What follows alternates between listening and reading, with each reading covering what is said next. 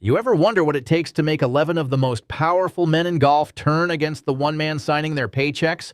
11 players, one ultimatum, and a single question that nobody sitting in that room could answer. How does something like this even happen? Because this was not a tantrum from a player upset about a missed cut on a Sunday afternoon. This was coordinated, deliberate, and quiet in a way that made it more dangerous than any public blow-up could have been. Lawyers were brought in early. Every conversation was documented on purpose because these players knew exactly what they were building. A paper trail strong enough that it could not be dismissed or buried later. And the target was not just Brian Rolapp sitting behind his desk at PGA Tour headquarters. The target was the entire direction of a sport that these 11 men had spent their whole careers inside of. Those 11 players weren't threatening Brian Rolapp over a single bad decision. They believed he was about to change professional golf in a way that couldn't be undone. A proposal had quietly circulated behind closed doors, and once they saw what it really meant, several of the biggest names on the PGA Tour reached the same conclusion. If nobody pushed back now, some of golf's most iconic tournaments could become little more than second-tier events. That realization is what transformed private frustration into a coordinated ultimatum. Rolapp believed the future of the PGA Tour depended on concentrating its biggest names into a select group of premium events. On paper, it promised larger audiences, bigger sponsorships, and record-breaking revenues, but to many players it looked like the beginning of a system where a handful of tournaments would thrive while the rest slowly faded into irrelevance. From the outside, it looked like a bold business strategy designed to grow the PGA Tour, but behind closed doors, the conversation was very different. The more players studied the proposal, the more they believed it threatened the future of the sport they loved. So here is the real question we're answering today. What exactly did these 11 players see behind those closed doors that made them risk their careers, their relationships with the tour, and their own reputations to stop it? So here's the real question. What exactly did these 11 players discover behind closed doors that made them risk their careers, their reputations, and even a showdown with Brian Rolapp? Let me know your theory in the comments. And stay with me because the story only gets more unbelievable from here. That one player who noticed something wrong before anyone else did? That was Rory McIlroy. And the way he started pushing back tells you everything about how serious this really was. That was the first crack, but the real explosion was still months away. By the time the 2026 season got underway, Rolapp's two-tier plan had stopped being a rumor and started becoming reality. Players were finally seeing the fine print, and Rory, who had spent years defending the tour's traditional events, reportedly decided he was done staying diplomatic about it. The breaking point, sources suggest, came in June, right before the U.S. Open. Rory was asked directly about the two-tier plan during a press conference, and instead of giving the kind of measured, careful answer he was known for, he let his frustration show. Multiple reports from that day describe him comparing the Challenger Series to little more than a dressed-up feeder tour, a description that stripped away all the polish Rolapp's team had tried to put on it. Rory's takedown of the plan in front of cameras was only the beginning. Behind the scenes, other players were watching every word of it closely, and one of them was a man who needed absolutely no introduction. 15 major championships, arguably the most influential player in the history of the sport. Tiger had spent years being the company man, the one player leadership could always count on to play ball. So when word got back that Rolapp had brushed off his concerns about the sport's traditions, insiders say it hit differently than anyone expected. Tiger didn't go public. He didn't call a press conference. He started making calls instead, quiet ones, checking in with player after player to see if what he was feeling was his alone or something bigger. It wasn't just his. Everyone he reached said the same thing.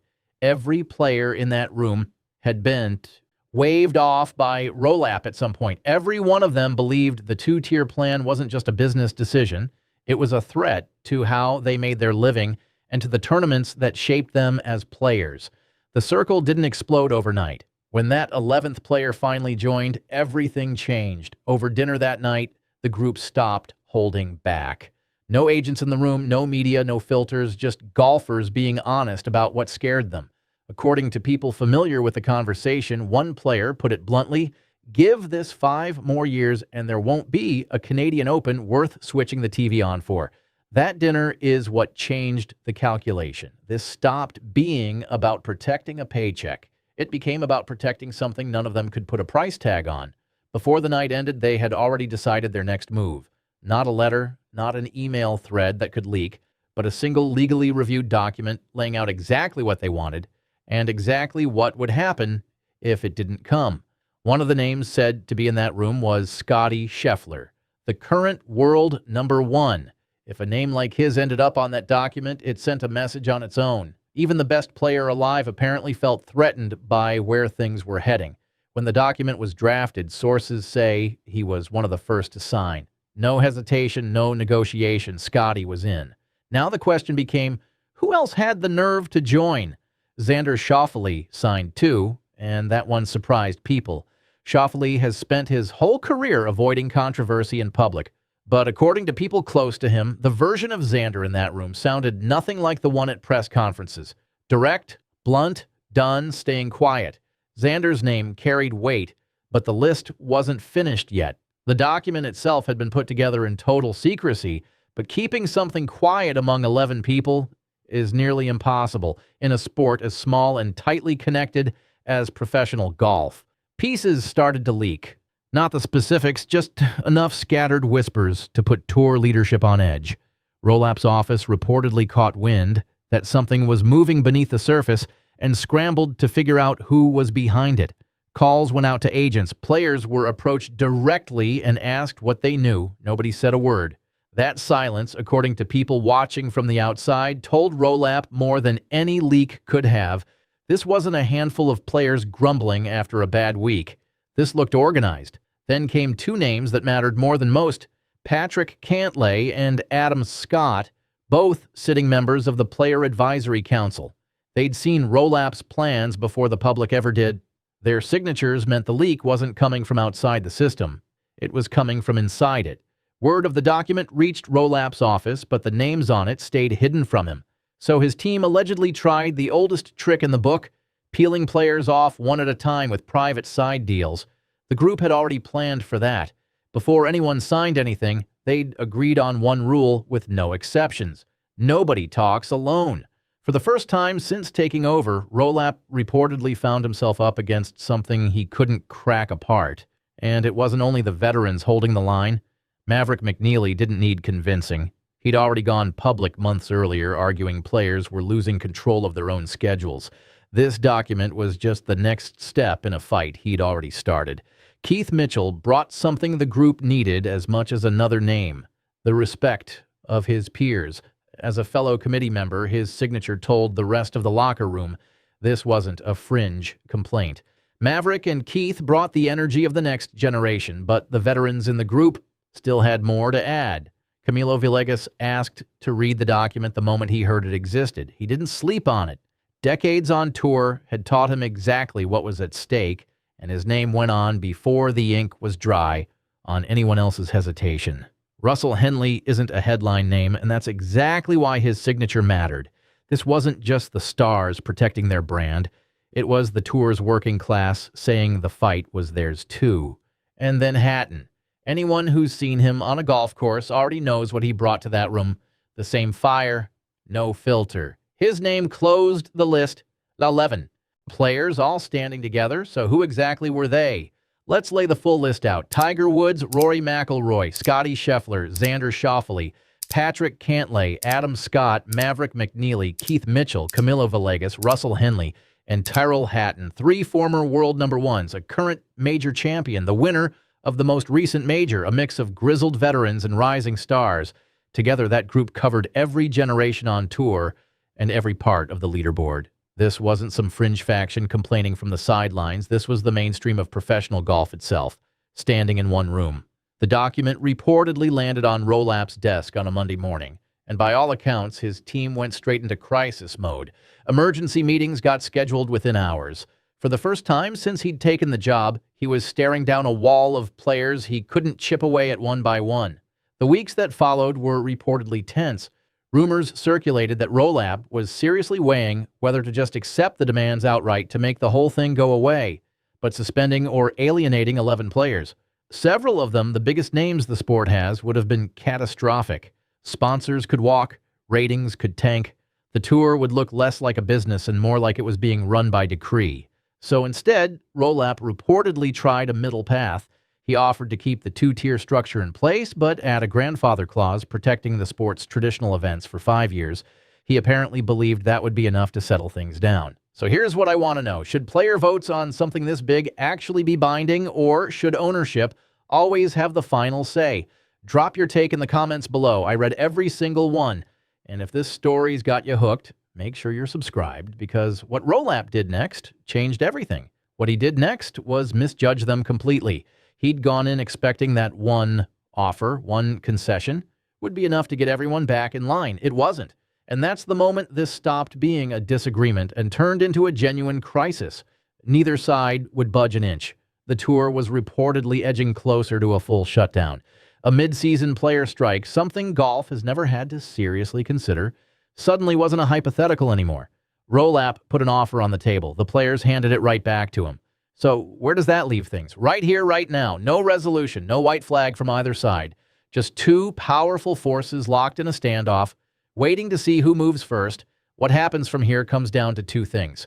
Can Rolapp find a way to hand the players something real without looking like he caved completely? And can 11 players with 11 different personalities and 11 different agendas hold that same unity once the pressure really sets in? The next few weeks are going to decide everything. If Rolapp tries to single out and punish the players who started this, the rest of the group will likely dig in even harder.